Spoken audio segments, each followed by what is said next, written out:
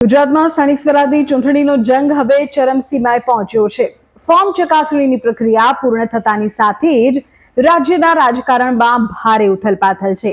એક તરફ ભાજપ વધુમાં વધુ બેઠકો બિનહરીફ કરાવવાની ફિરાકમાં છે, તો બીજી તરફ કોંગ્રેસને પોતાના ઉમેદવારો તૂટવાનો ભય સતાવી રહ્યો છે।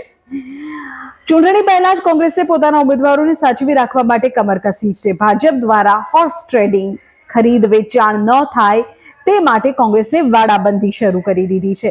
સૂત્રો એવું કહી રહ્યા છે કે અનેક ઉમેદવારોના ફોન અત્યારે બંધ આવી રહ્યા છે અથવા તો તેઓને સુરક્ષિત સ્થળે ખસેડી દેવાયા છે।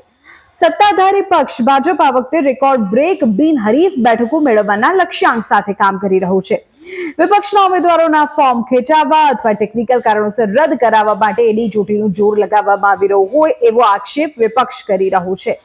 આ તમામની વચ્ચે રાજ્યભરમાં ફોર્મ ચકાસણી દરમિયાન કુલ 9,819 ઉમેદવારોના ફોર્મ રદ થયા છે। આ આંકડો સૂચવે છે કે આ વખતે ચૂંટણી પંચ દ્વારા કડક નિયમોનું પાલન કરવામાં આવ્યું છે અથવા ઉમેદવારો દ્વારા ફોર્મ ભરવામાં મોટી ભૂલો થઈ છે।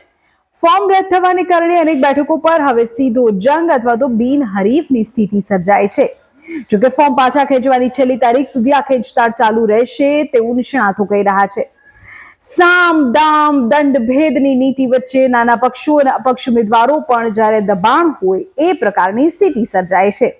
અત્યારે રદ થયેલા ફોર્મની યાદી અને વાંધા અરજીઓના નિકાલમાં વહીવટી તંત્ર, ચૂંટણી પંચ વ્યસ્ત છે।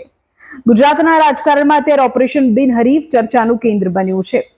અત્યાર સુધી તમે ઉમેદવારોને સાચવવા જેવી બાબતો વિધાનસભા કે લોકસભામાં સાંભળી હશે, પરંતુ અત્યારે સ્થાનિક સ્વરાજના ઇલેક્શનમાં પણ આ મુદ્દાઓ ચર્ચામાં છે।